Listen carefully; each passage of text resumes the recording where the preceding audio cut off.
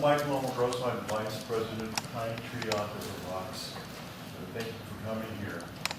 Do you know how to tell true Western Oregonians?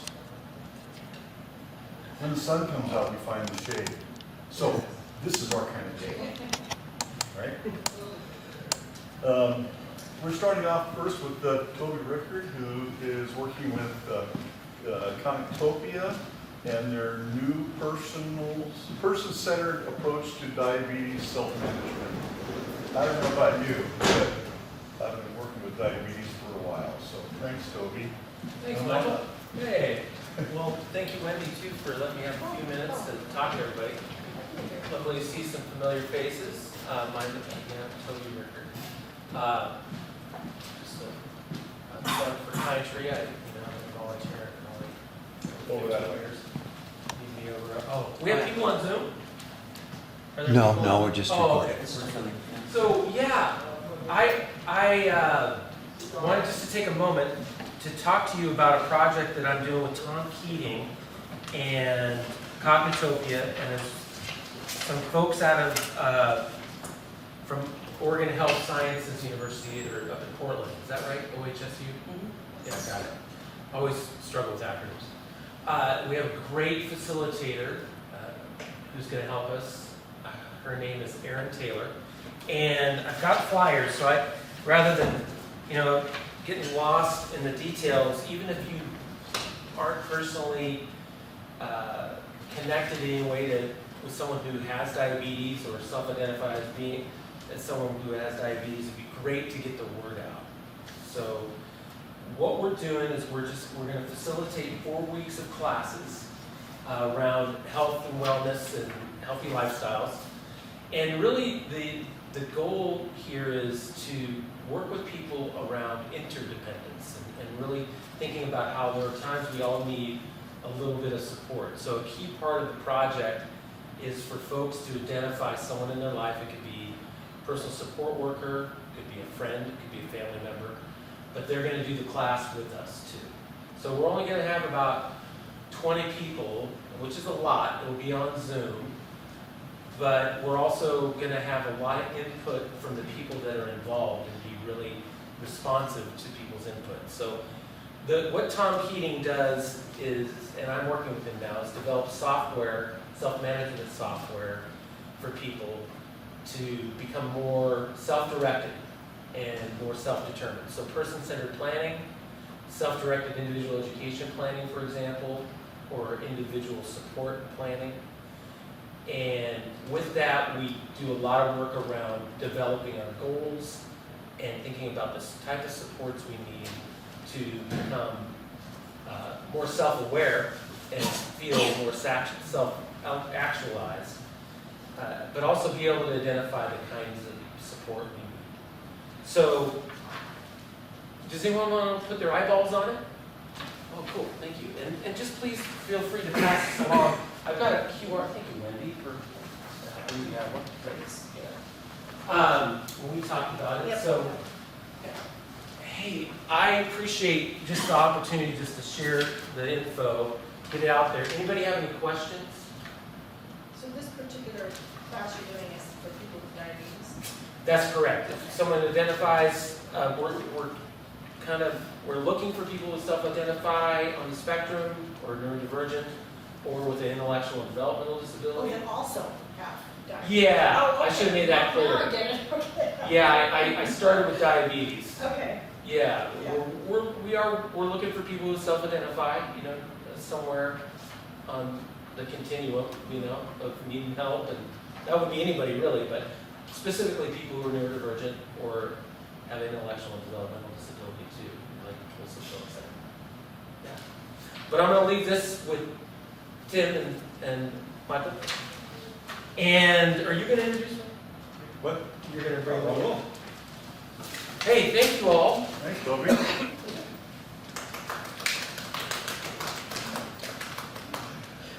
I guess everybody diverges from the norm somewhere, don't they? Yeah. So next we'll be hearing from Dr. Marsh, I love your first name, Wendela. That's I think my so they can call me Wendy for short. So I hope they'll all call me Wendy. Right. And so let's see, you've been a university instructor, educational psychologist, principal, teacher. Yeah, I've been a lot of things. You know, what I like best about this is a problem solver. So, without further ado, go. Thank you so much. I'm going to be,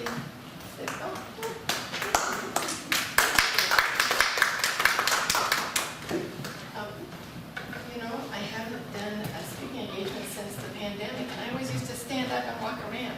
I'm going to sit here today because this is my speed now. So yeah, I'm Wendy, and I kind of want to know who is here today. Is there anyone here today who is, if you want to, nobody has to raise their hand. But if you want to raise your hand, is there anybody here who is autistic themselves? Cool, okay. I'm not autistic, full disclosure, but my late husband and two of my grown children are all autistic, so I kind of feel like a special place in my heart. And what about parents of autistic people? Me too. What about people who work with autistic folk? Me too, okay. So I'm going to leave time afterwards for questions because I like having that kind of a, connection. I am they call me Dr. Wendy when they're not just calling me Wendy, but I'm not like a PhD or that kind of a doctor, not a medical doctor. I have a religious studies doctorate in pastoral counseling with an emphasis on counseling people related to autism. So that's my specialization, and it's not like a fancy doctorate, but I worked hard on it for 6 years, so I'm proud of it. I just don't want to misrepresent myself. I had somebody once say, oh, PhD is like, no, I'm not a PhD. I do have a BCBA, but I'm not one of those BCBAs.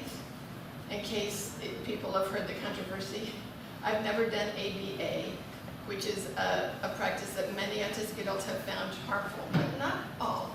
But I've just never gone that route. I study behavior because behavior is people, and I'm interested in people.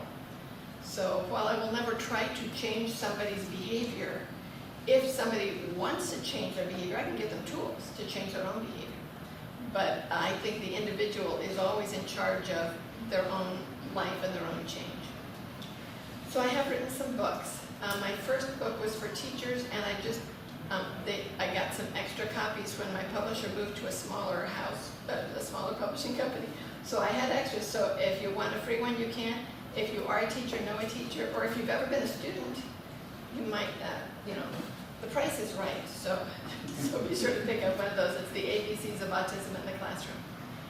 Now, all of these books that I'm going to be talking about today, and all of the books that I've written myself, there's a couple I've co-authored. There's a parenting book I co-authored with Dr. Ron Malmed. Is that his name? Yeah, it's been a while. And then the one I'm most proud of is the smallest book of all. At the beginning of the pandemic, my daughter Siobhan is not autistic, but having grown up in a 3/5 autistic family, she's bilingual. And when the pandemic hit and everybody was homeschooling, she said, you have to write a book about homeschooling. And I said, well, I don't know about that. I've written an article, like a chapter in a book. And she says, no, you really have to do it. And I was like, I'm already writing this other book. And she says, they need that book. I said, will you write it with me? She's already an award-winning writer herself.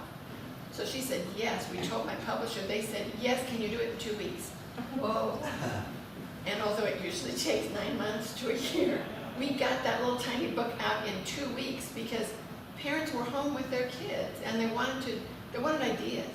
So it's just like fun ideas. So I'm proud of that one. I love them all. They're like my children. I don't like to have favorites. Today I'm going to be talking about the Adulting While Autistic series. The first book in the series was originally called Independent Living with Autism. I wanted to call it Independent Living for Autistic Adults because the autistic adults that I know prefer identity first language. And then the publisher said, good, but we're going to call it Independent Living for Adults with Autism. I said, oh no, we can't do that because the people that I want to buy it won't buy it because they will think it's not neurodiversity affirming. And they said, well, we did a little poll and it's about 50-50, so we want to go with ours. And I'm thinking, I think the 50-50 is like parents and teachers and non-autistic adults. I used to be one of those parents and teachers who was very much the child with autism, child first, until I talked to my own people and said, well, what do you prefer? They all said identity first. I'm an autistic person. It's part of who I am. So I have trained myself in the last decade to use that, unless somebody says they prefer it, and then for them I would use their preferred language, as we all would. So I finally said, we're gonna have to compromise because neither one of us wanted to change. So we ended up with independent living with autism. But right now, I am doing the revision of this, I'm rewriting it, and the new title is gonna be Independent Living While Autistic, book 1 of the Adulting While Autistic series. Book 2 is Dating While Autistic, and book 3 is Relating While Autistic, Fixed Signals for Neurodivergent Couples, because I was so happily married to my husband. We didn't know he was autistic when we got married. You know, you just fall in love like you do. And we happened to be very well suited to each other, so we had a very happy, successful marriage. Unfortunately, he had a heart attack when he was 54 and he died. And that was a long time ago. But the reason I say that is because one time I was speaking and somebody said, and she was, you know, when they introduced me, they said she was married for 27 years to an autistic man, and afterwards a young man came up to me to ask me a question privately, not in front of everyone. He said, why would you divorce him after 27 years? Why would you do that? And I just heard the pain in his voice, thinking, is this going to happen to me? Because he was an autistic man. And I said, I would never, ever divorce that man. If he hadn't died, we would still be married. I probably also wouldn't have written any books because I'd just be, you know, retired, happily hanging out at home. But instead, I'm writing books. The books, most of the books that I write, all of the ones that I've written without a co-author, have some things in common. I just want to kind of tell you to give you an orientation of the books. They all have stuff that I want to say about it because, you know, I've lived a long time. I've done a lot of learning. I have stuff I want to say. But after the little bit of every chapter of stuff I want to say about this chapter, I have some fictitious characters that I've made up. They're not any real people. But each one of them faces the challenges of whatever that chapter was about and their own way of figuring out their answers. And I also have something at the end of every chapter written by actually autistic adults about their life, because I'm not autistic. And no matter how many relatives I have, and no matter how many people I've worked with over the decades, I'm still not autistic. So I want to elevate those voices, and I want them to be heard. So every book will have those voices, as well as my made-up fictional people that I have so much fun writing. So I'm going to be doing some reading, but because the print is, you know, small, I kind of put the readings I want to do on big print. And I just want to talk about some of the topics and do little readings from it. And I want to talk about adulting. I don't know if you guys know Kelly Williams Brown. She's an author. She lives in Oregon. She might be in Salem. And she wrote, her first book was called Adulting. She made up that word before the rest of us started using it. And come on in. Yeah, okay. Oh, okay. This is a quote from her book, Adulting. And Kelly writes, one of the most jolting days of adulthood comes the first time you run out of toilet paper. Toilet paper, up until this point, always just existed. And now, it's a finite resource, constantly in danger of extinction that must be carefully tracked and monitored like pandas. And I think all adults have that moment the first time we move out, don't we? It's like, oh, suddenly, I've got to remember to buy toilet paper, because if I don't, I will have no toilet paper. That's part of adulting. One of the challenges that many autistic people live with, but also many of us who aren't autistic, is communication. That's a big thing for everybody, is communication.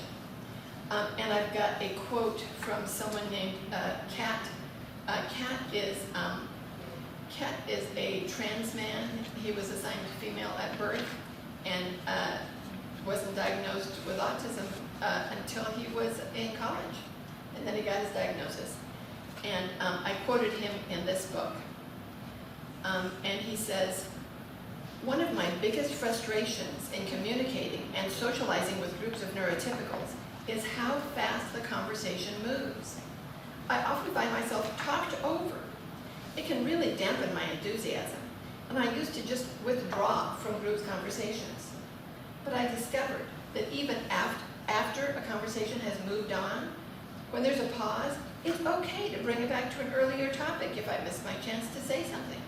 I can say, going back to, or, I just remembered, and then I still have a chance to contribute, even if the moment went by too quickly. It's led to me feeling more confident engaging in verbal communication.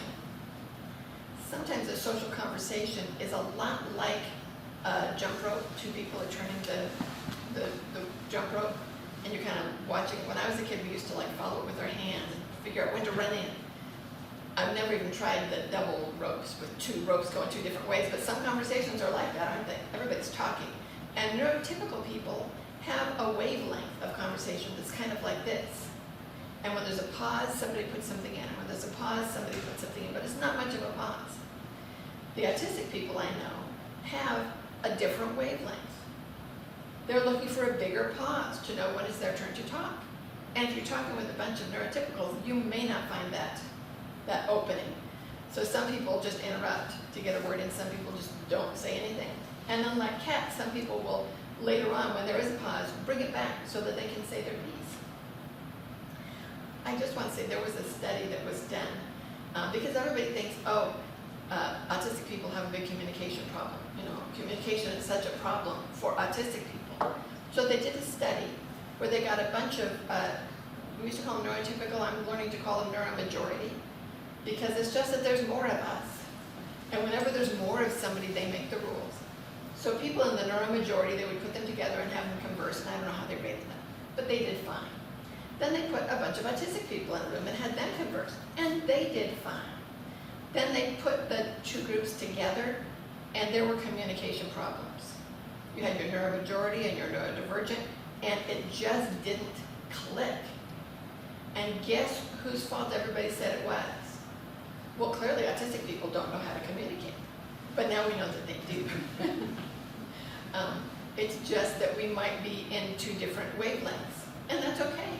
It's like if you have I don't know much about computers, but I know that if you have like an Apple, and then you have a different one like an Android phone and an Apple phone, they don't talk to each other. One of my kids has an Android, the rest of us have Apple phones, but we can still manage to communicate. It may not be identical, but we still communicate. Another thing is socialization, social events. Oh, I did want to say about communication. You've got your verbal, which for some is more challenging, but you've also got nonverbal.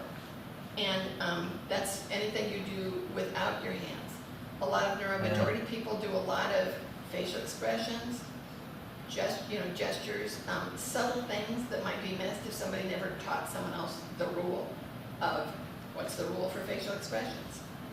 Another thing that I learned very well when I used to work with children is behavior is communication. If someone is having a meltdown, if someone is, using their stem more so, maybe their voice is going up, that's a way of communicating something is wrong.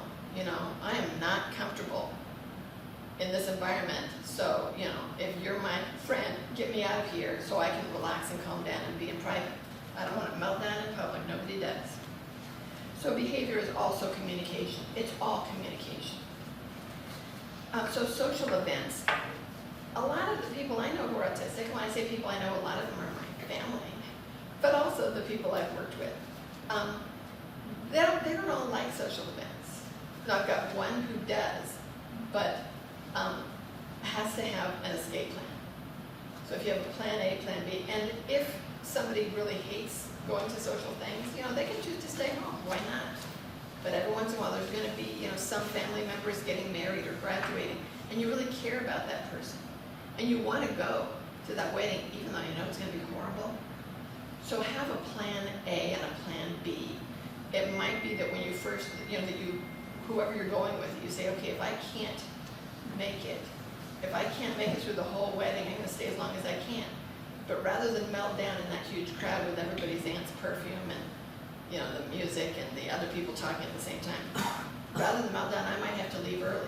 So if it's so often as the stress goes up, the ability to communicate with words can go down. So the more stressed I am, the less I am able to tell you how stressed I am. And I know from my youngest, her facial expression does not change when she's under stress. She was smart enough when she was in middle school. She drew pictures for her like school counselor of all these faces. This is how I feel when I'm happy, when I'm sad, when I'm mad, blah, blah, blah. And almost all of them were just a straight line. But when I'm under a lot of stress, there's a smile. It's like, oh, we did not know that. So if you know your own stress level, find a way to communicate if you don't have the words. It might be, you know, like a tug on the ear or a T for timeout, whatever it is, make sure your partner knows it. When you do that sign, that means, I'm gonna get you out of here. And I will have already told the hostess when I arrive, thank you so much, if we have to leave early, we just wanted you to know how lovely everything is. And then make your escape route. And if plan A doesn't work, have a plan B. You know, enter and see where are your exits. Like here, you've got 2 different exits. I don't know where the other doors go, but probably these are your best bets. I hope we have a nice long route, which is lovely. So I hope that no one is going to feel overstressed by a lot of people, which can happen. But a really important part of the whole planning out to do these social events is planned recovery. It may be that the day after or the week after, it's different for every person. You need to have nothing on the calendar. You might need to stay in bed the whole next day. And only you, as the person who is living, you know, who is the autistic self, knows how much time it's going to take. So those of us that are parents and family members and friends and support people need to trust our autistic person to know, I need more time. I remember when my youngest had saved up money to buy something at Barnes & Noble. This was when we lived in California. And he was gonna, you know, we were gonna go to Barnes & Noble. We got to the parking lot, we got out of the car, we're on the sidewalk. And then a motorcycle went zooming by us, right next to us, with no muffler. And she froze, and I just stood with her. And then she froze, and then I said, shh. And she nodded. So we got back to the car, and when we got home, she was able to talk enough to tell me, we can try again in a couple of days. She was going to need a couple of days to get over that motorcycle. And this is a very real thing. The sensory world, it's not people over-exaggerating. It's not people being weak. But the autistic people I know are not weak. They're very strong to put up with the sensory things that typical people like me, I don't notice a lot of it. You know, if there's a smell or a ticking sound or something, my brain will filter it out. But my kids' brains will never filter that out. It will become more and more annoying. So, this story is actually from Recognizing Autism in Women and Girls, which is the one with the pink mask. It's in the other book. But Jennifer Dawn is an autistic woman who shared her story. And for her, this is about sensory overwhelm. She said, sensory overwhelm is my biggest challenge with autism. Mostly, I found ways to work around them and appear as normal as possible. Side story. I cannot say normal without finger quotes. You probably can't either. It's like, what is normal? It's, you know, you get it. So, Jennifer was trying to appear as normal as possible. However, there is one unique sensory issue that can be incredibly difficult for me to navigate. The sound of metal scraping against metal, such as 2 pieces of silverware sliding against each other, will nearly bring me to my knees. We only have reusable plastic or bamboo utensils in our household to eliminate the possibility of it. At a restaurant, though, it's not so easy. The gentleman at the neighboring table cleans off his knife with his fork after every single bite. I can't block it out. I can't leave and come back after he's done eating. I can't ask him to stop or to eat with a plastic utensil. The response this sound creates in my body is overwhelming. My nerves light on fire. My muscles tense up, my teeth clench, my eyes can't focus. can't hear anything other than that noise. In some extreme situations, I've had to make up an excuse to leave. Sometimes, though, I can manage to redirect the awful energy that is going through my body by clenching my fist under the table, slightly swinging my feet, and biting my lip in a hopefully not too obvious way. If the sound is temporary enough, this tactic works wonders until it passes. I believe that neurotypicals may misunderstand this as a preference, like a song we just don't want to listen to yet again. That couldn't be further from the truth. The touch, sight, or sound of something can cause a nervous system response that will overwhelm the entire system. We're left unable to focus, participate, or cope. We do our very best to make this uncontrollable response as unobtrusive as we can, but it is not always possible. In those moments when it is not possible, we hope and pray for compassion from those around us. And I know everybody here gets that and feels that compassion, or you wouldn't be here, honestly. So I know that you get that, but I thought that Jessica stated that very, very personally and very well. Now, in Dating While Autistic, this one only has 2 fictional characters, a woman and a man. And I had so much fun writing these 2 people and getting to know them like separately. Every chapter we'd hear some of her story and some of his story. And then at the end of the book, they fall in love. And when I got to that part, I told my daughter, Schwan, I said, I'm so excited they fell in love. And she says, you know, you wrote that to happen that way. You know that. And I said, well, yes, I know, but then it did happen. And it just made me happy. And maybe because I was in love with an autistic man, you know, so I can enjoy their romance as well. Now, Rudy Simone wrote a book called Asperger's, and I quote her in Dating While Autistic. And she's talking about a guy because she's a woman, but this is true for any gender. She says, if a guy can't handle it when you talk about quantum physics or manga or Dungeons and Dragons, then he probably isn't the guy for you. When you have interests, don't try to squash them to try to meet somebody that might not share them. Just ignore all the people that don't share your interests. I just read an article. You know, you're always seeing articles on the internet. It just pops things up. So something popped up for me about online dating. And this woman came up with this. She struggled with trying to meet people. And everyone said, oh, it's like finding a needle in a haystack. It's like finding a needle in a haystack. And finally, she said, I'm just going to Google, how do you find a needle in a haystack? And she got her answer. Burn the haystack. Burn the haystack, and there's the needle. So what she took from that is immediately just say no to everyone that is not your person. You know, if they're geographically in the wrong city, if they say something that offends you in their first sentence, if they smoke, if they're the wrong political, if you're liberal and they're conservative, to just say no to all those so that eventually you can say yes to the one. So that was her take. So the next thing I want to talk about is STIMs, self-regulatory, what do you call it? I forget what you call it because I've just called it STIMs and stimming for so long, but you guys know what I'm talking about. And STIMs are so useful. They can be self-regulating.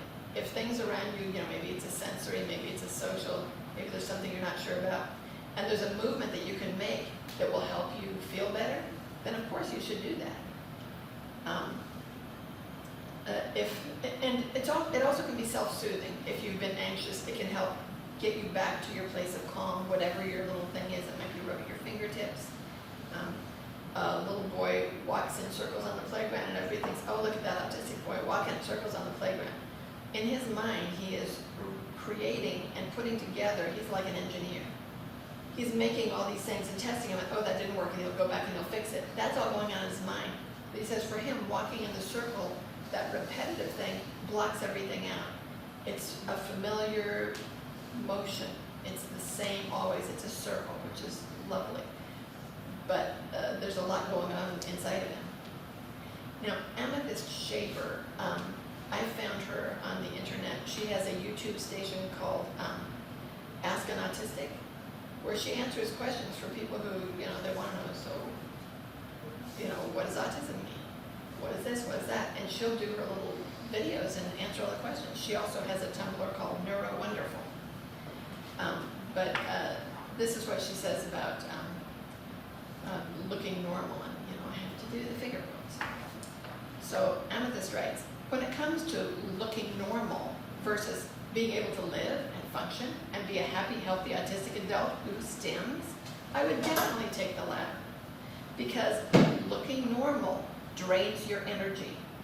It's terrible. You have to put up with all the negative sensory input with no way to self-regulate. A better option is to encourage society to learn and embrace different neurotypes. When I used to work in the school system a long time ago, sometimes teachers would try to teach kids not to do their, things that made them feel better, like say nice hands, which, they hate. It's like, what do you mean nice hands? Quiet hands? Hands are quiet. But they used to try to teach that. And I'm sure they were well-meaning. They thought, well, if they're doing something different, other kids might pick on them and bully them, or might ostracize them, or might think they're different. Well, most kids know if somebody's different. They don't have to see us down. But one time I went to visit a classroom in a little tiny school district out in the boondocks. It had one sixth grade class, it had one class for each grade level. And this, I guess it was 8th, kindergarten through 8th. And this one autistic boy had been just going through the classes, all this, these kids knew him, the teachers knew him, everybody knew him, everybody loved him. And when I got there, he was kind of pacing back and forth, just like I came in, I go, oh, now I know who I'm supposed to observe. Here's my guy. And the teacher comes over and says, don't mind him. He likes to do that. That helps him feel better. And we just let him do it. It's just fine.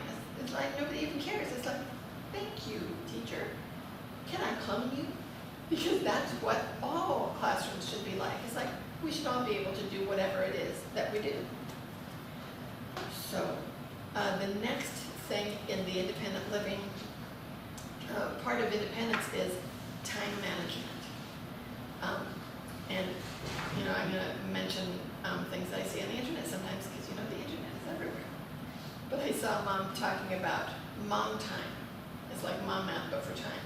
And she said, when you have 3 kids and you have to be at the doctor's at this time, you have to figure out how long will it take us to walk to the car and get in the car seats. How long will it take us to put on the shoes? How long will it take us to change this diaper? And she work backwards with time to find out when you have to start. So that's mom time. But not everybody has that internal, able to figure out time. And there's 3 main areas regarding time that a lot of autistic people have struggled with. One is time comprehension or time blindness. Excuse me. I have a son who does not know the difference between 5 minutes and an hour. He's in his 30s. And he does not know. He can use it, do something on his phone to figure something out. But if you say, how long will it take you to get ready? It's like, don't even ask. Do you not know me at all? Because for him, time comprehension is not there. These are things that can be learned if somebody wants to. There's some strategies in the book. Another one is time planning.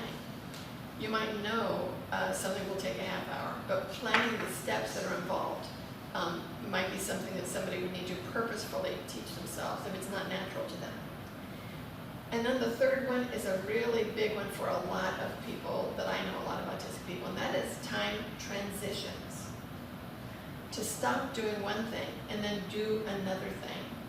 It's really, really hard. It can be hard for any of us, but the autistic people I know, it is as if there is a brick wall between me doing this and me doing that over there.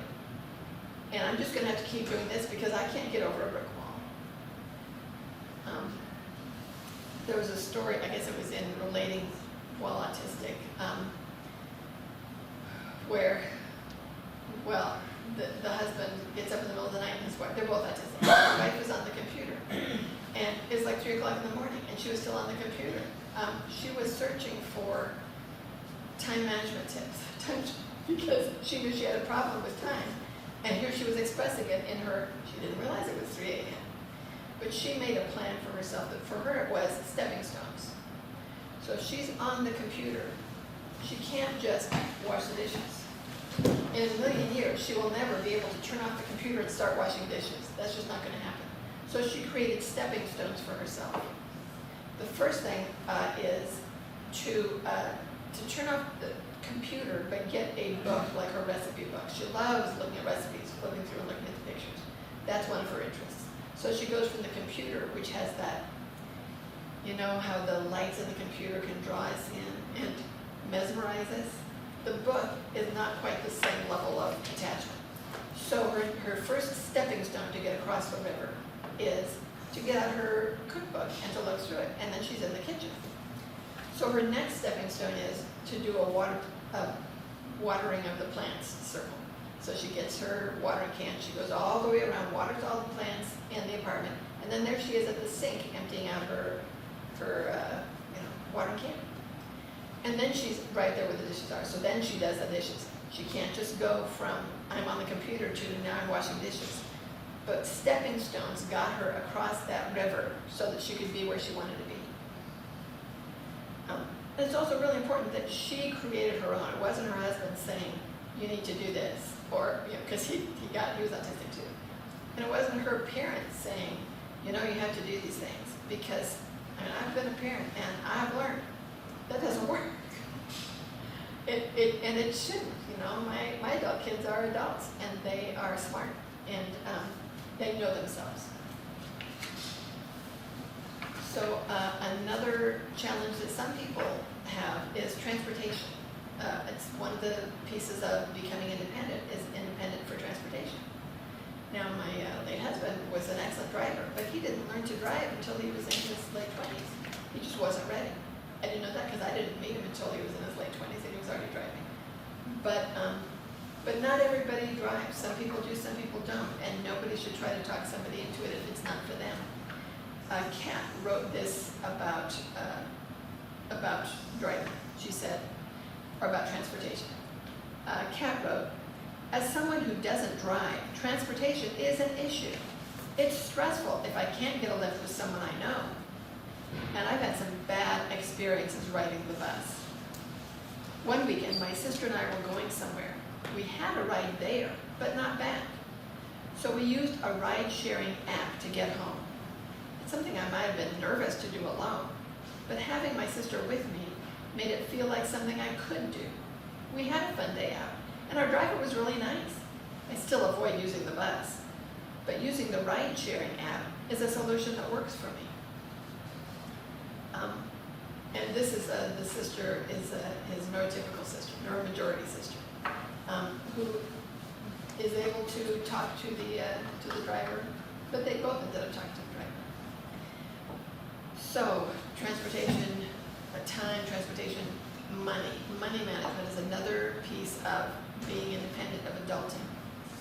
And I like to make up things where the letters make up words. So, because it's fun for me. And I'm retired, so I shouldn't write a book if it's not fun for me.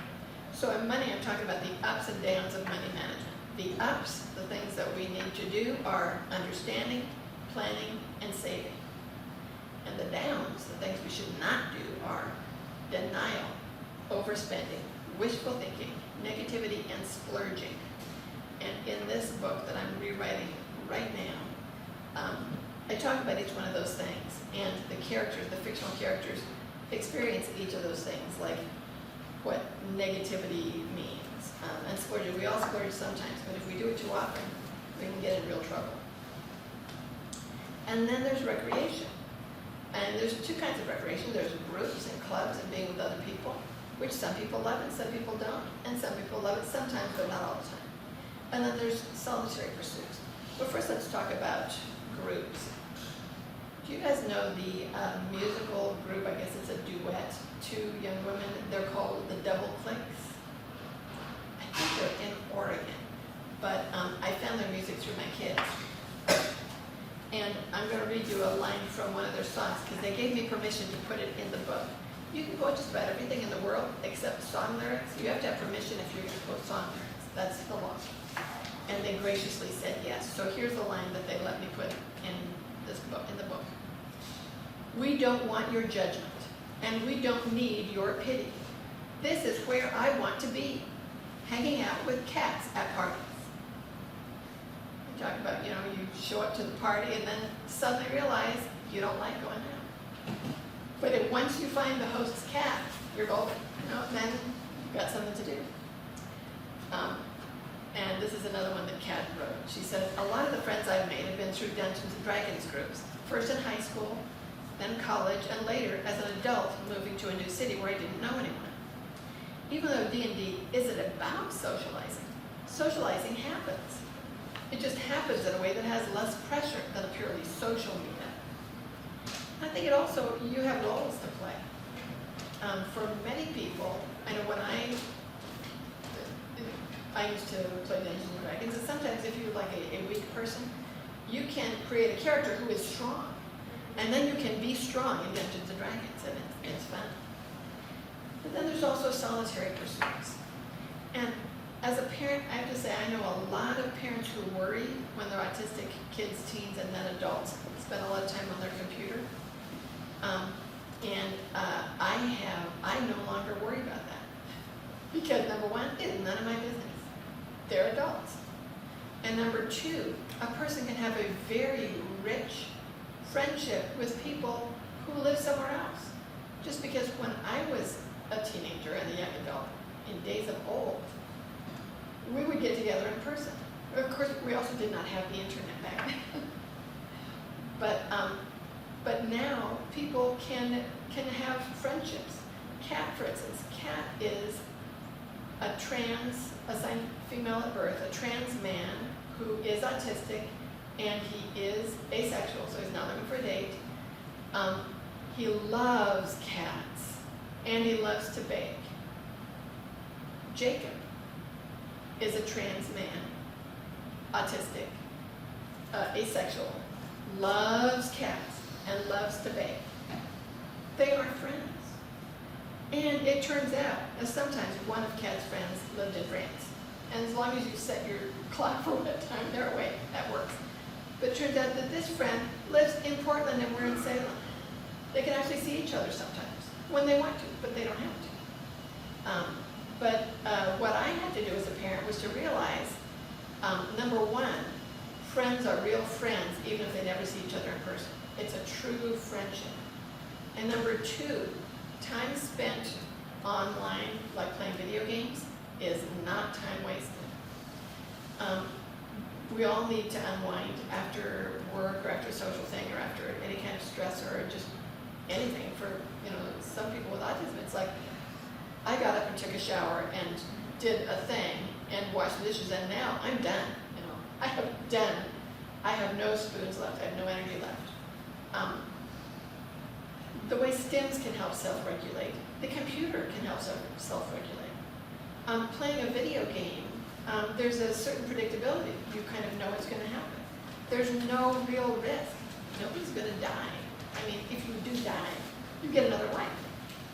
And you can save the world, or plant the field, or merge the dragons. Whatever it is, you can do it and be successful and be powerful and be strong. And it might not feel as good as the rest of your life, but that's no reason to say, you shouldn't do that. It's like people need a certain amount of downtime. The more stressed you are, the more downtime you need. And it's up to each individual to decide, how am I going to do that? For some, it's playing a video game. There are ways, and I mentioned it here, there are ways that a person can decide for themselves, am I actually addicted to this? Because a lot of parents and teachers go, they're addicted to video games. That's not always the case. But there are ways to kind of determine, am I addicted? And it's in the book, I forget what it is. But that's for the individual to decide for themselves. Now, Noelle wrote this. Noelle is a very solitary person. Noelle is a trans woman, assigned male at birth, a woman in her 30s, and she writes, I need time to myself every day that is not social or work related. Collecting cards for the art and stats without needing to play the card games with others is a good hobby for me. Arranging and organizing them is calming. Learning the statistics is interesting. And appreciating the artwork on each card is soothing. Spending time alone with my card collection can regenerate energy that's been depleted through too much time spent in the company of others. And another one is friendship. We talked a little bit about friendship already, about how you don't have to be in person to have a true friendship. Kat wrote, I find that the easiest way of making friends is through a shared interest, whether online, joining forums, blogging communities, or chats. If our first connection is based on a shared interest, then I know there's one thing I can talk to new people about. Often, when I click with someone because we have the same favorite book, show, movie, or hobby, I learn that we have other things in common too. It's like one thing leads to another. A whole lot of people who love supernatural also love good omens, you know, and other things like that. And friendship can lead to dating, but not necessarily. I think it's important to cultivate the shared interest friendship without thinking, will this be somebody I can date? You know, I know that for many, there's like people who want to be married and have someone in their life. There might be an intensity, but it's good to just relax and say, be friends first. But when you do start dating, I made up a corny, silly word to remember the important things about dating, and the word is banana.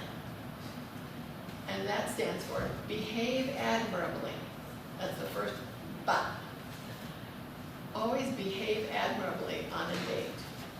The next one is need to ask. That's the na, the first na, banana. You need to ask at every step of the way about any kind of intimacy or touch. Even if last week there was a certain level of intimacy, that doesn't mean that this week that person's going to necessarily want to do that. You can't, you know, you have to ask. And the last na of banana is never assume. Never assume that because this and this happened, therefore now we're going to get married or anything. So just remember the banana. Behave admirably. You need to ask and never assume. And employability is another one that is on a lot of people's minds.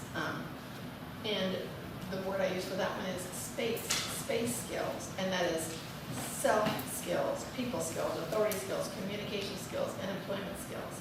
And the self skills are self-awareness, self-presentation. Self-awareness is just knowing how other people see you, you know, just being aware of that.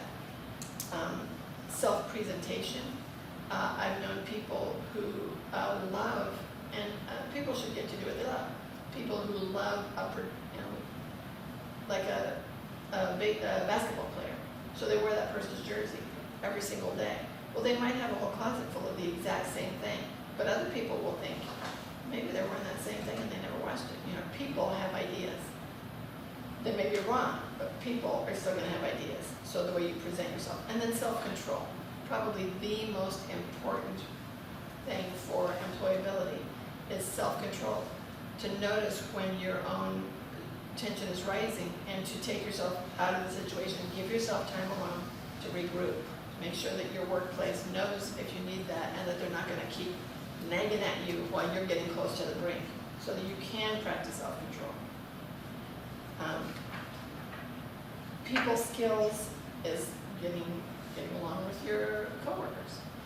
And again, I go into depth in the book, and I'm not going to bore you with a lot of stuff, except to tell you some of the main ideas. Authority skills is so important. A lot of autistic people that I know and love have trouble with dealing with like a boss who's not as smart as they are. And it might be hard to find a boss who is as smart as they are. But to be able to just sit back and not tell them that they're wrong in front of everyone else, but many people have been fired because they told the truth. They said to their boss, you're an idiot. You're telling everyone the wrong thing. You know, they didn't know to quietly later when there's no one else around, set them straight if it's necessary. One man I heard about, he was an engineer. His boss called him into the office and said, I want you to work on this project. It's a new thing, and, it's blah, blah, blah. Important project, here's the project. And he accepted the file. And his mind is already going a mile a minute. This is like a fabulous project. He can't wait to start. He's planning in his mind. He's got the first steps of it already planned. He's walking out the door. He gets back to his office. He gets fired. Because from his boss's point of view, his boss gave him an assignment, and he ignored the boss and walked away without saying a word. So it's like, what, are you quitting? Do you refuse the assignment? Because he didn't use that employment skill of saying what the boss expects, which is, thank you, I'll get right on it. It can be as simple as that. Interviews can be very difficult for many autistic people, and for many in the neuromajority too. There are some people who are very, very good at it, but then it's like 5 days to prepare and 3 days in bed afterwards.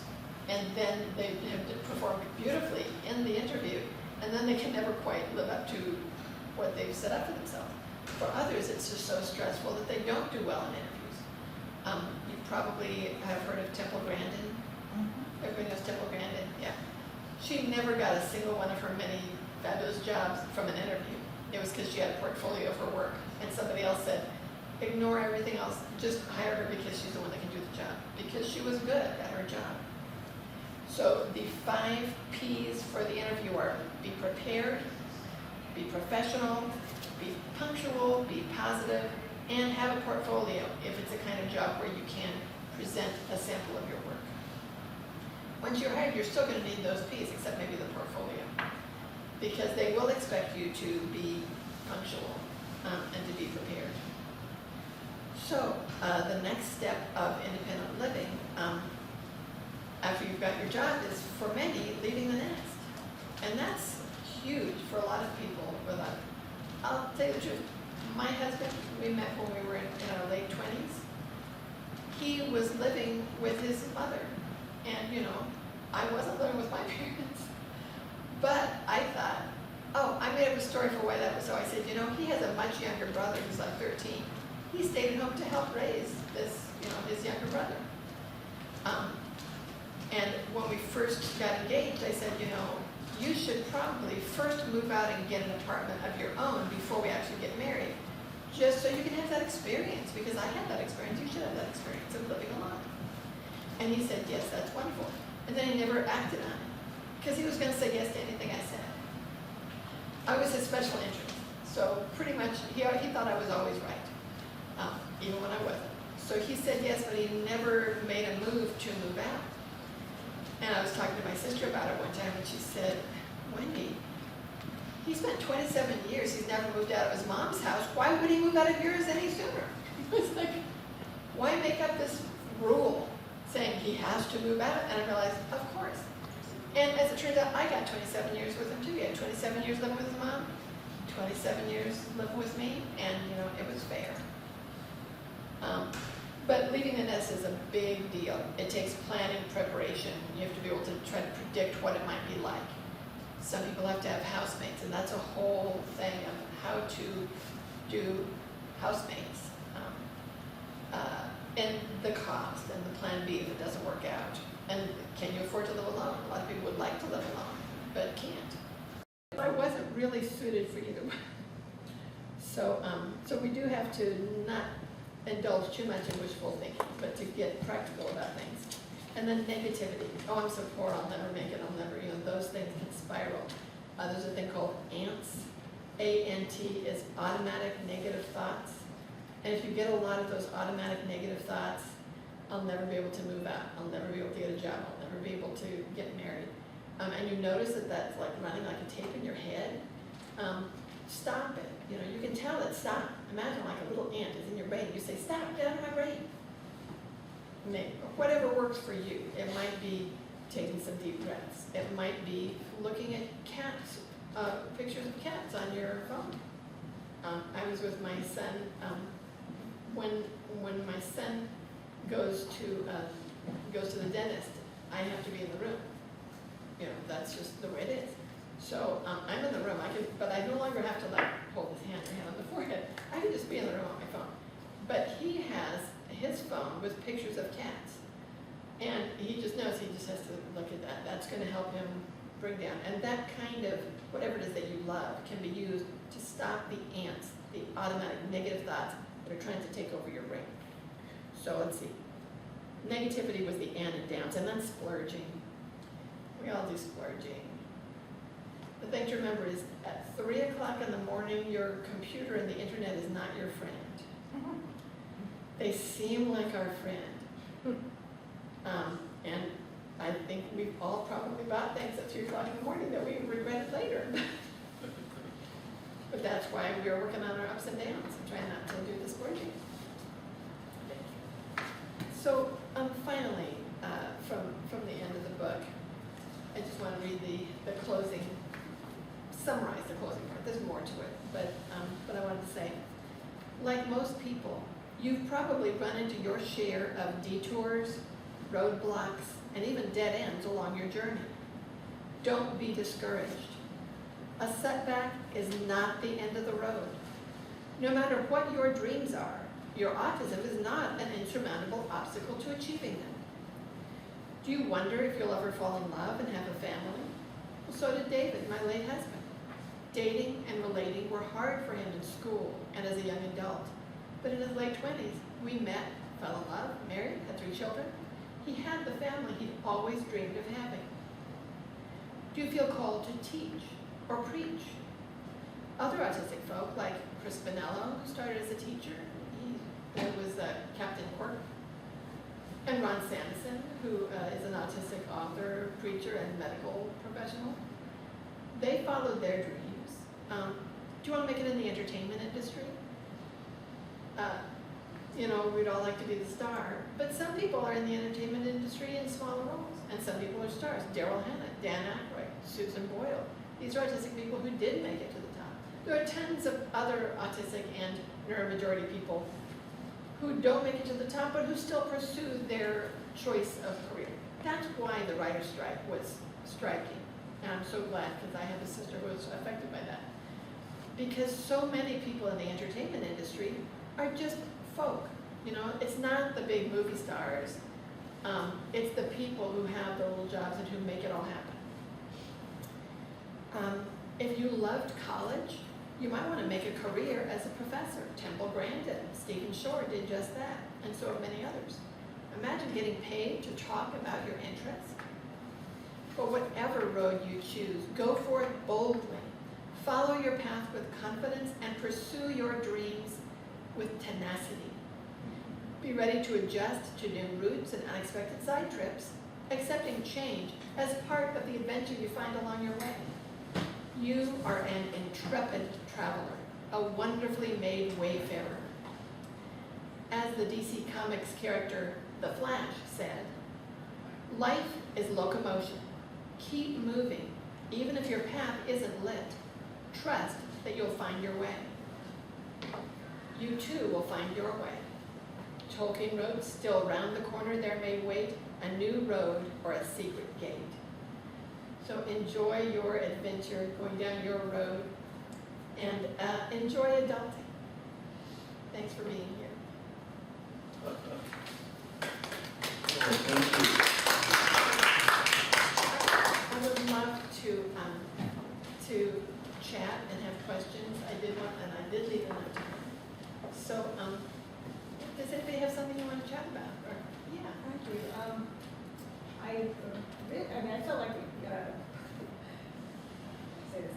A lot of the examples, the people that wrote the things, they seem to be very self-aware, very articulate, and had really good executive function, that they could figure out what they wanted to do and do it.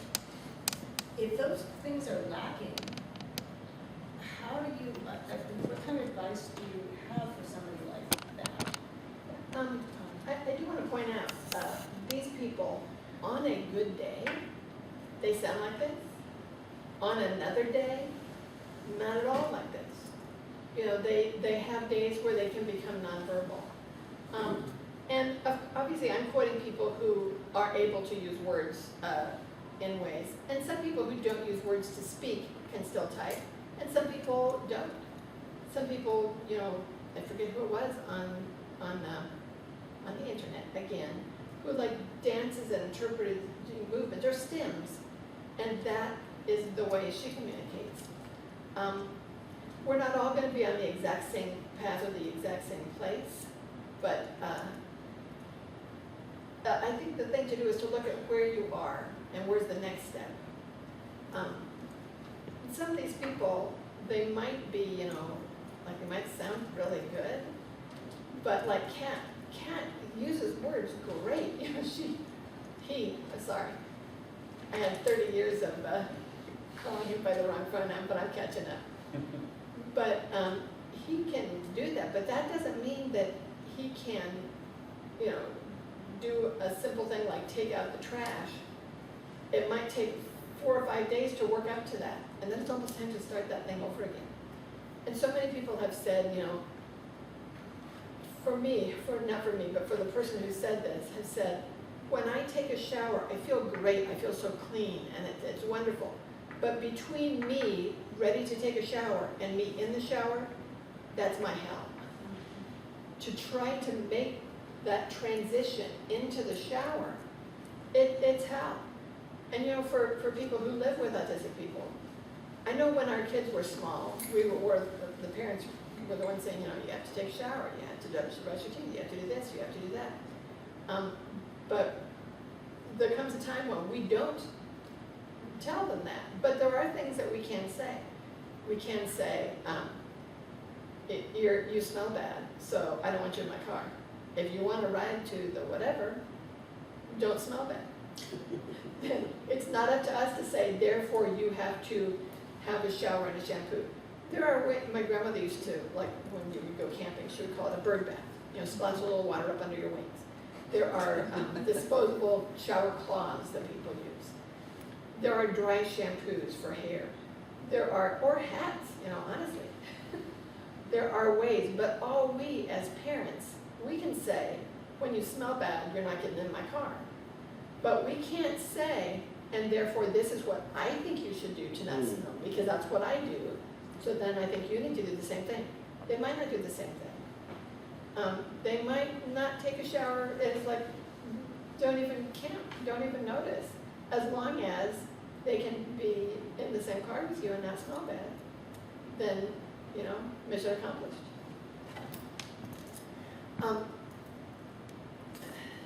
And I know other people who have been able to put words in the books, but who are not able to live independently in their own places.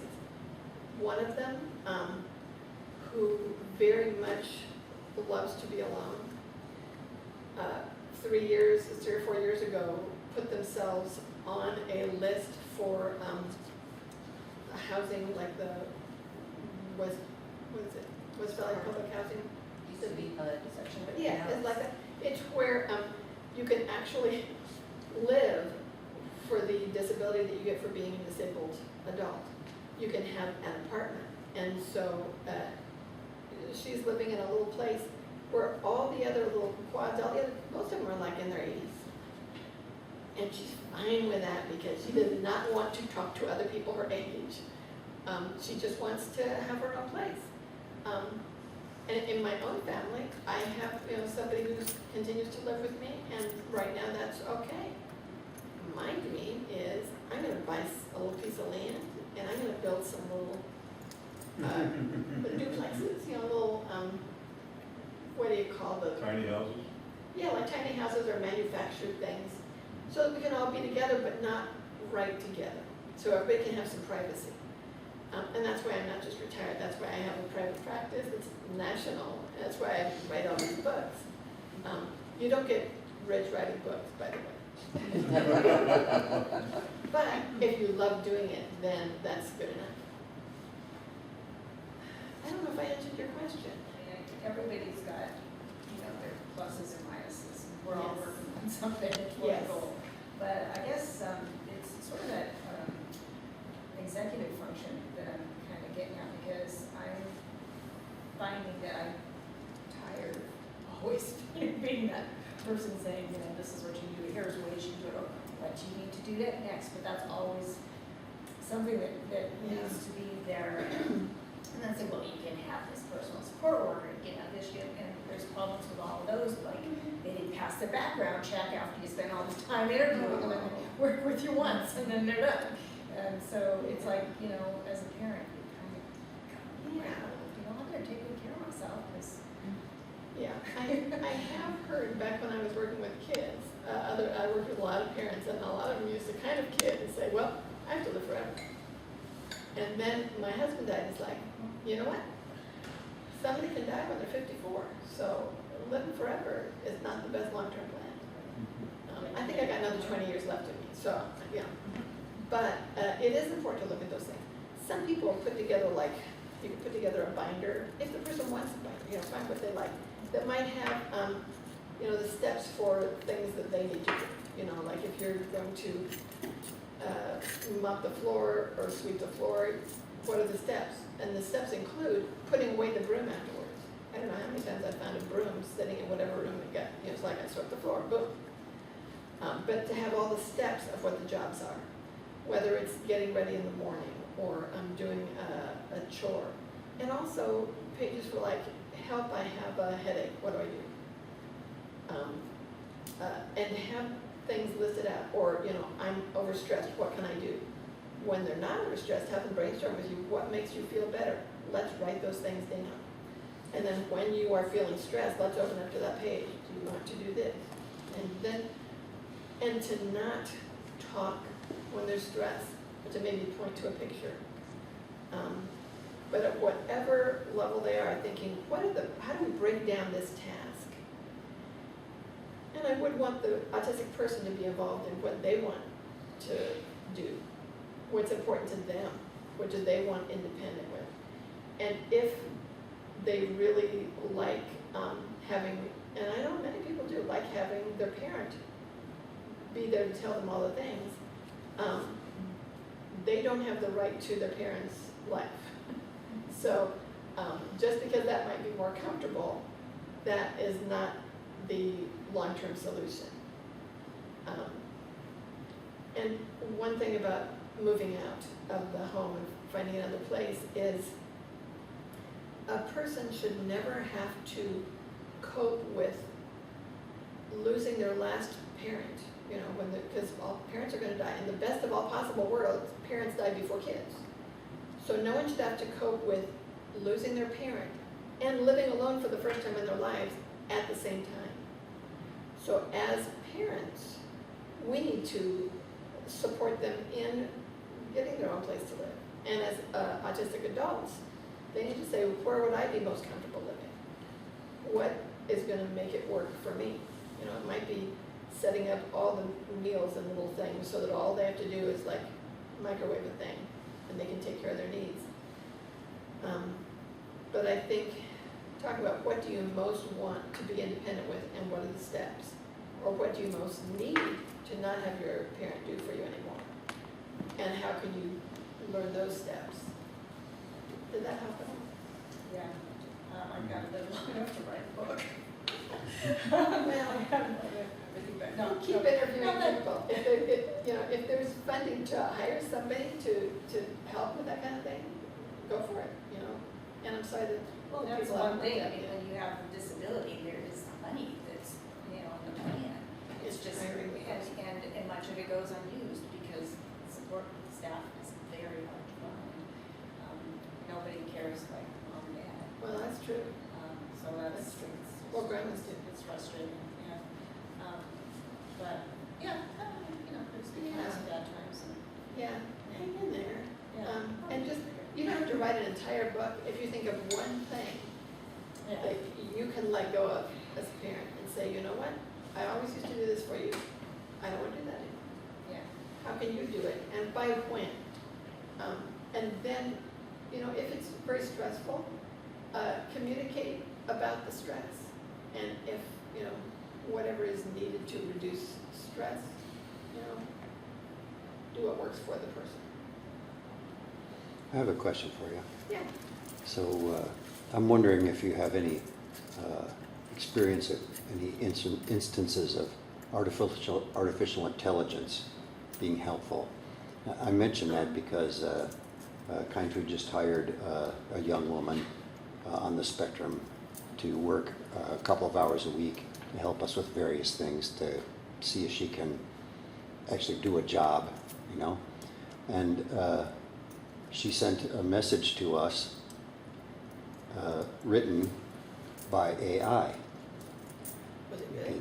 Yeah, because she said that she had trouble expressing the things she wanted to express, so she used an AI program to help her express what she wanted to say. And it was a wonderful little letter, and the first letter I ever got from a computer. So she So- just put in like the I don't ideas? know how she did it. Chat GPT probably. It's possible, Yeah, I know a lot of autistics using Chat but GPT. it was something she found helpful in that particular situation. And I know a lot of people use adaptive communication things, like things that can talk for Like you, or Google little Home. apps. Oh, where- I get that, Yeah, there's apps and things. And I've met people who, you know, like all through school, their teachers were teaching them to talk, use your words, use your words, use your words. And then they graduated, they became adults, they said, that's not my natural language. I'm not gonna do it anymore, you know? I will write, draw, or push a button, but using my mouth to form the words is just not my, you know, that's not what I do. And so they don't, that's their choice. I don't know a lot about AI. I feel like I just have to, I think when it can be helpful, that's great. You know, for communication, that's great. It sounds like she had a wonderful experience with it. On the other hand, as a writer, the way they train the AI bots is they put them in the pirated, where they go and they like steal words from writers. And then they might, you know, so if somebody said, write a blog post for me about dating while autistic, and then the bot might write a blog post, and maybe they're using some of my actual paragraphs here. And sometimes they say things that are false, because it seems like a good idea. So I can't wholeheartedly say AI is wonderful, but I can say when it works for someone, because I'm sure the way she's using it is not what they call software for plagiarism. She's using something that's helpful for communication, you know, and that's going to be a good idea. The future is going to have so many new things, and whenever there's something that will help with communication, help smooth it out, I say that's a good thing. Yes. I wanted to validate what you were saying about, I have a 14-year-old who barely leaves the house, is kind of agoraphobic, got pushed out of school in 2nd grade. But they have, this last year, they basically curated a TikTok page. They basically only talked about Pokemon with me for 9 months, and then they made a TikTok page, and they basically kind of curated it so it basically they were interacting with other queer autistics who love Pokemon. And then from that, they got invited to a Discord server, and now they have friends that are in England and Australia and the East Coast, and they were able to break out of that Pokemon rut, and because they got exposed to other things, or they had, you know, they kind of recycled their special interests, and so like now they're back on troll hunters and they're talking to people about that. But yeah, so and I don't know, I never have been worried because they kind of, I guess maybe I've made them anxious about stranger danger, and so they like won't even tell somebody their real name or where they live, you know, like they're like.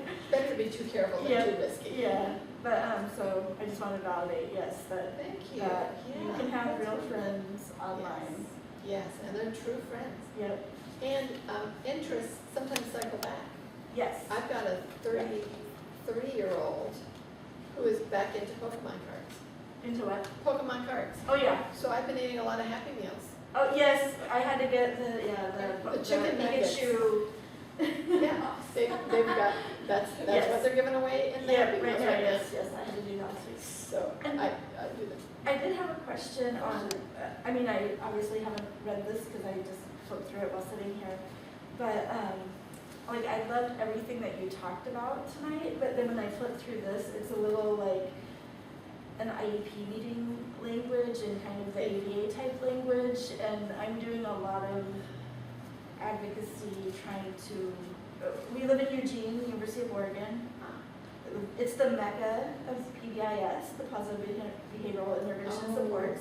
Our schools have been ingrained in it for 20 plus years. It is what blew my child out of school in the second grade. You know, planned ignoring, you know, just kind of all of the ABA, I call PBIS ABA light. All of those tactics. And so I just wanted to better understand, like, the goal of this book. Are you communicating in their language? Well, I first I have to say, that's the very first book I ever wrote. Okay. I had been working in the schools, I retired and I wrote that book. Okay. And it's like, who's that quote? Maya Angelou says, do the best you can until you know better. Yep. And when you know better, do better. Yeah. So, and that's why I'm not charging anybody for those books. I have a bunch of them, I will give them away for free. And if some of the little blurbs of what people say about their own lives, you know, kids, that if that's interesting, and if the fictitious kids that I made up are interesting. The truth is, I have not read that in years, my own book. So. Okay. But I do know where I was when I wrote it, and that was right out of having worked with the schools. I never did ABA, but I did not know as much about autistic adults' experiences with ABA because our only exposure was children and parents. But then I retired and grew up, and it's like, there is a lot for me to learn. So, so that's why I'm not going to charge anybody for those books, but I have them.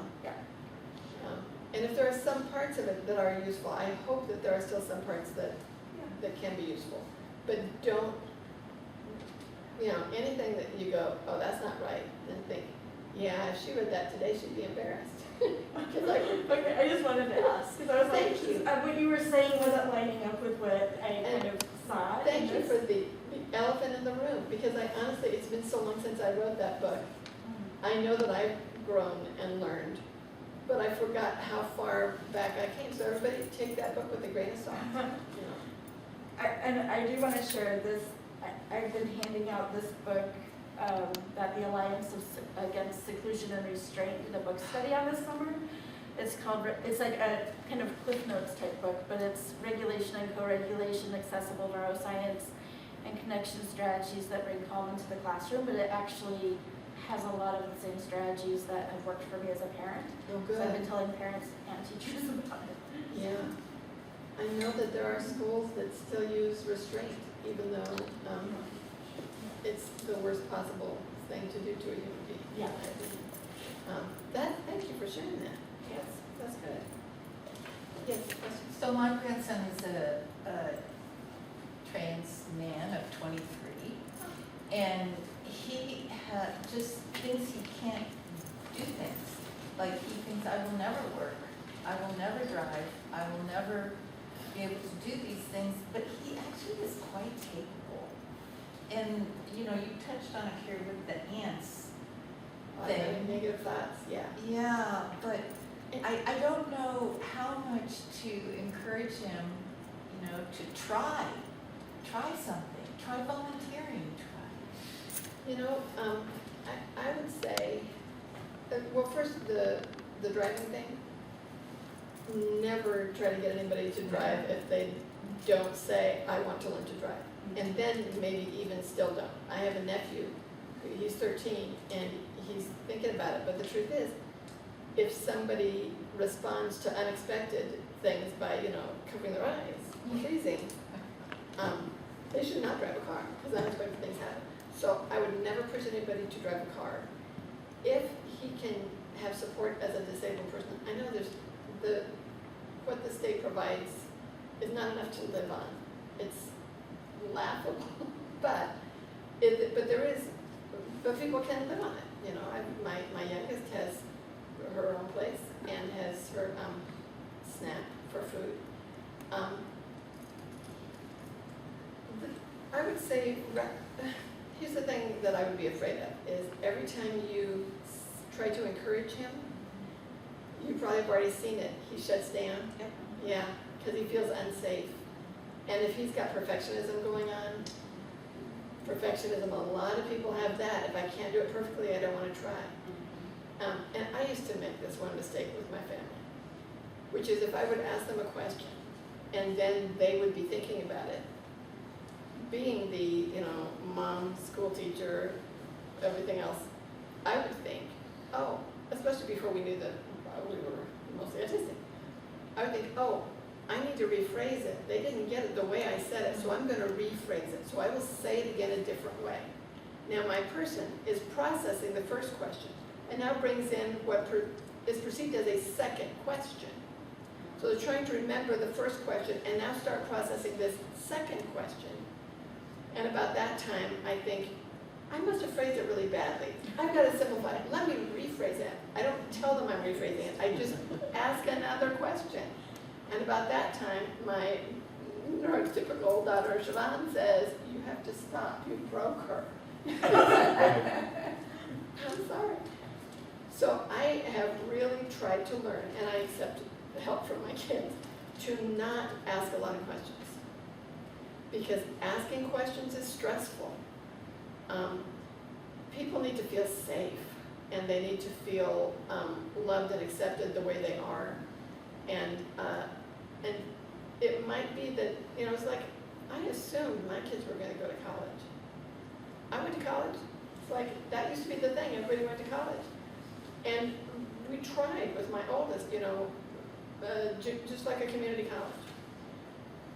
We tried, and it's like every semester, I have to drop out.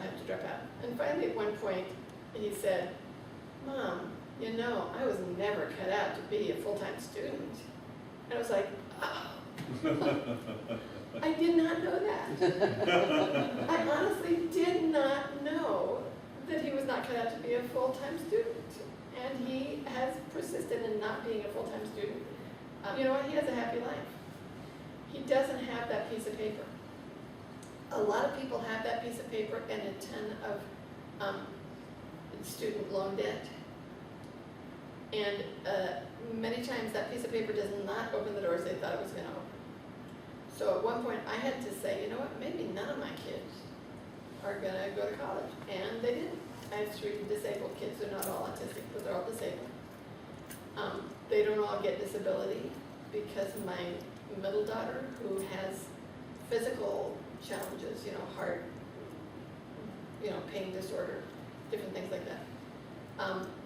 She chose, she applied for disability, got denied. I said, they always say, apply again. And I kept saying, aren't you going to apply again? Aren't you going to apply again? And finally she said, no, because when you're gone, I can inherit the house. They can't. I can inherit your business. They can't. They can, being people on disability, they can only have so much money. And then they can't have any more money. But she can have whatever money, and I'm not going to leave like a fortune. But we have a house.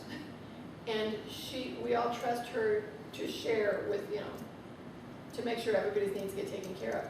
She chose not to take disability for herself for the purpose of being the grown-up in the house when I'm gone. And she touches my heart. They all do, all of our kids do. But yeah, letting go of what we thought it was going to be can be hard, but you know what?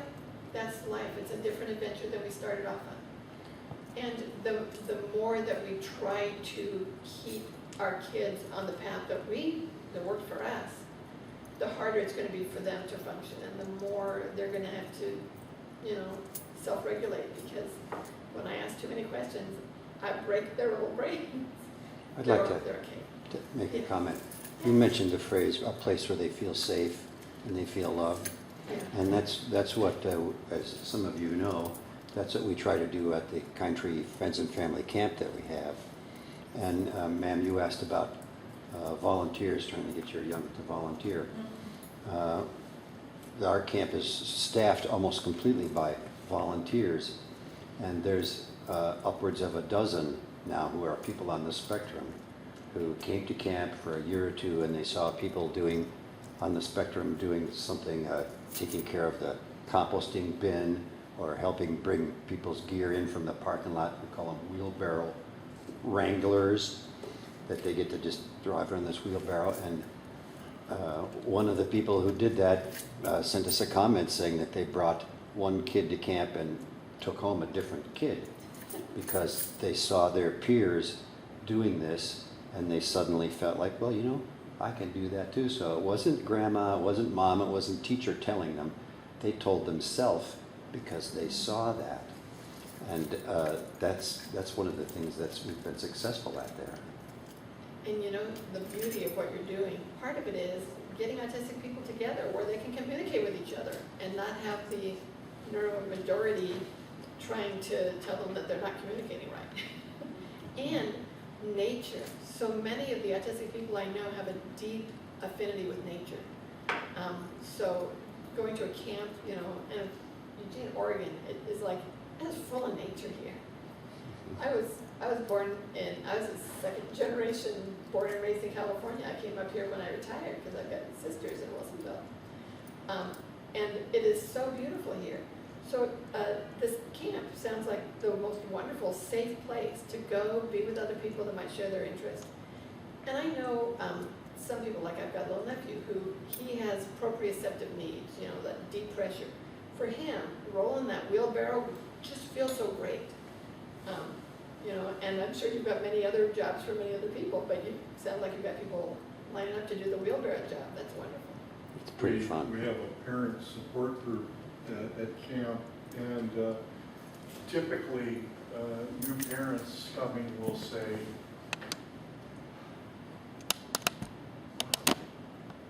my son, my daughter, my partner feels like, you know, they can be themselves here.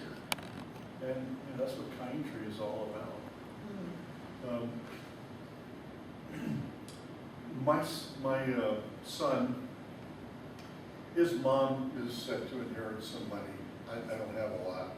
But we established a trust fund so that he can receive SSI. But he has this stash of money that doesn't apply to SSI. Special needs That, trust. yeah. Is that- Special needs trust, right? I think they're called special needs trust. Yeah, it's some sort of trust. I don't remember what Yes, it's yeah, called. yeah. Special needs trust is what you said. You know, if I ever get a chunk of money, I'm gonna do that. Because Siobhan could be the coordinator of it. You can do it in your will. Okay. Yeah, you can have it, and then whoever's your person, Yeah. like for my kid, I don't really know, like they're 14, they don't leave the house, they are trying to go to high school, they've gone twice this year so far, to like one class. Like, and I just don't know, like they're brilliant, they're teaching themselves German on Duolingo, but I just have no idea, like, you know, if they'll be able to work or, A lot of people are working from home. yeah, yeah. In my practice, we do adult autism assessment for people who've masked their whole life and didn't know that they were autistic. Yeah. And a lot of them, the reason they need the diagnosis is they have to prove that after the pandemic, they don't have to go back into the office because they're so much more productive at home. So just because somebody doesn't go out to school, it doesn't mean they can't have a job working from home where they're safe and comfortable. But anyway, I just did this will process and I set it up, the language kind of keeps it so that, you know, at the time I die, my cousin who's the person, there's language in it about a special needs trust, but it's not set up yet. Okay. Like you're it can ready. happen at that point, so that all that goes into it or something. Well, you're young, so you've got. And there's also able accounts, which are Yeah. even easier. Able Yeah. accounts. Yeah, KBLE, and those, there's restrictions too. limits. And you know. well, the thing with that is, I think the state gets everything, you know, the not person goes, like. Right, whatever they've spent, yeah, that and the, yeah, because there's supplemental needs trusts and there's special needs trusts, and we have both. And the special needs one's the one you want, third-party special needs trust, because then you don't have to pay anything back to the state. Yeah. But, you know, but if they had the money before they were diagnosed, then it has to go in as supplemental. It's ridiculous, okay. yeah, so we got all three. those kinds of things. So, so there, but it's good to have that money, because then you know that if you are gone, we can hire somebody to do everything without you. Yeah. But, If you could find that. right. I know. See, that's not the perfectionism where that comes in on me. Nobody's as good as me. And I'm thinking, there are autistic people who are good at some things, but they're not good at like going to work in an office. But they might be really good at being the person you need, and they'd really get it. So you might consider hiring an autistic. Some people use like functioning labels, and I can't say that without the finger quotes either, because it's meaningless. Somebody at one moment might be high functioning, and then a dog barks, or something happens, and now they're low functioning. And they say that if you call me high functioning, you ignore my needs. Say, well, then you're fine, you need nothing. But if you call me a low functioning, you don't want, I don't have a voice. You're not gonna give me any autonomy, you're just gonna decide for me. So we have to not say that. I have noticed, I'm working now with late diagnosed autistic adults. And there is a difference between someone who's able to mask successfully until adulthood and someone who is recognized in childhood. But not that different. There's still, once they are exhausted from masking, and it's like they've been masking for years and they just can't do it anymore. They just want to be autistic. One woman I know, she started cutting she's a PhD student. She started cutting herself in high school. Before that, she was scratching herself, self-injury since she was 12, because people made fun of her when she moved her hands. So she tried so hard to not move her hands in ways that felt natural to her, that she just ended up injuring herself. She got a diagnosis and never injured herself again. She said, I am autistic. If I want to do this, I can do this. I can be as autistic as I want to be. And so I don't have to do this, because I can do what feels right to me, what my body wants to express, whether it's joy or stress or whatever it is. She let herself do that, and then she never cut herself again. It's been a couple of years since she got a diagnosis, so Part of the issue is in getting a diagnosis is how you or your friends or support persons present you. My son came close to having his denied because his 5th grade teacher said, he's the only one that gets my jokes. what? Do you think autistic people don't get jokes? We don't have a sense of humor, did you get that? And I know a Does she ask us to 65-year-old do? woman who has went in to try to get a diagnosis, and the way she answered the questions made her too high functioning. Because she was so good at masking. Right. I'm not here to plug my business, but that's exactly why I went into business. I hire people who are, licensed to diagnose autism, and many of them are themselves autistic. But we never require somebody else. We're not going to listen to your mom because you were there for your whole child.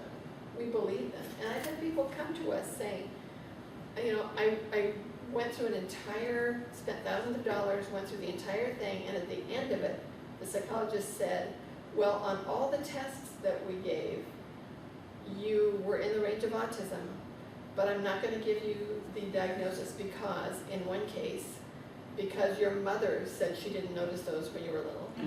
Right. And in another case, it's because you're married and you have a job, which he knew before she gave him thousands of dollars. But, so in our practice, and you guys don't need this, but in our practice, we believe the people who come to us. We listen to them, and we believe them. We don't have to talk to their parents. We have an assessment that gets behind the mask so that we can know the true person and give them the diagnosis they deserve. My kids also half black. Their father's from Nigeria, and so their autistic externalized anxiety behaviors were labeled as oppositionally defiant and ADHD Yeah. at, 5, and then we got sent down the stimulant track, which made them more agitated. And yeah, they got hospitalized. I paid for 3 different evaluations, $10,000 on top of the bill that the insurance paid, like over the 3 of them. Finally, there's a woman here who's, I'm pretty sure nerd herself, who seems to do like all of the second opinions for girls and women girls from the CDRC, OHSU's thing. Like everybody's going to Dr. Gretchenscheitel for second opinions. But Excellent. yeah, and so, We need more of her. yes, Yeah. yeah. Yeah, I've got a couple of people who are licensed in Oregon, one for assessment, one for counseling, but we only see adults. I've got like most of the states covered now. Well, like, I've got maybe 10 states that I don't have somebody licensed in that state yet, but I'm working on it. My goal is every state that I'm gonna have hired somebody, because it's telehealth, so they can. And that the majority, I always want for most of them to be autistic themselves, because who understands better? So I'm glad you found somebody for your daughter who really got them. Well, we should mention that you have some of your books for sale back there, in Yeah. addition to that. Do you know when your new one's gonna come out, the new version of that? Oh, I'm still writing. Oh. The one that's coming out, I forgot to mention it. It's coming out, I think, in November or December, and it's called Parenting While Autistic. Oh. So I've got independent while autistic, dating while autistic, relating for couples, and parenting while autistic. That comes out next. So this one, I'm still writing it. I don't know if they have a date in mind yet when it comes out. But it's a lot of it is going to be the same as this, but I'm trying to make it more. Is that also kind of transition age relevant? Late teens? Well, my the youngest person in this one is 18, and the oldest, I mean, as far as the fictional characters, the oldest is 63. Okay. But it may be that some of the things that the 45-year-old woman is dealing with, that maybe a 14-year-old might also deal with. Who knows? But it's really written for 18 to Okay. return. So I'll wait till you have your next edition. Well, but the next one like this is still going to be 18, Yeah. but the 18-year-old is now going to be a girl. I kicked out this boy because he was like my least interesting character. And in relating and parenting, I fell in love with one of the new characters I made up. So it's like, okay, Daisy is going to be in this book instead of Jacob. Also, I have a newsletter, and if you go to my website and my card, the one with the pink and gold with the A for adult autism assessment, at that website, I think if you go to the bottom of the contact, it'll say, do you want to take the quiz? It's the Galaxy Trek quiz, because I don't have the rights to Star Trek. It's legally distinct from, but when I was a teenager, that Star Trek came out, and I was a big fan. So I made up this quiz. Are you more like Captain Quirk or Mr. Block or Dr. McFoy or something? And if you take the quiz, you automatically get the newsletter. So it's once a month. And if you ever have an idea of something you think I should write about in the newsletter, email me and tell me, because otherwise I just have to think of ideas that I think people want to hear about. I could be wrong. But So my takeaway so far has been person-centered.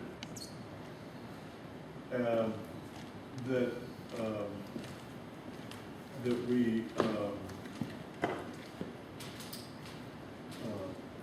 if a person is having difficulty getting things achieved, creating a list of directions, and not having too many questions in their front. yeah. I think that's probably essential to think.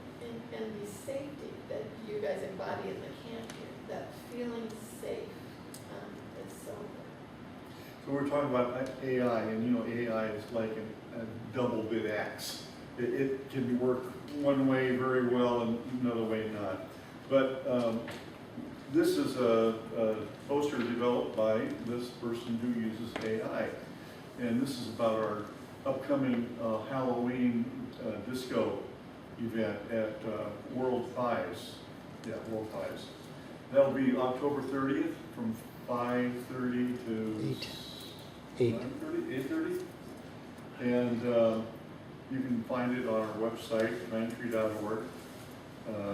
It's a great experience. We'll be having a thriller dance troupe like we had last year. There's a costume event, and there'll be raffle prizes. And the great pumpkin will rise from the pumpkin patch. Being great, can't miss that. So unless there's more questions, Dr. Marsh, thank you so Oh, much. you're welcome. Thank you for inviting me. And we're like neighbors. I'm in Salem here and right here. I've never been to UT before. This is my first time. Oh, wow. It's a lovely drive between here and there. Yes. That's why I get back in the dark. I think I can. My phone will tell me what to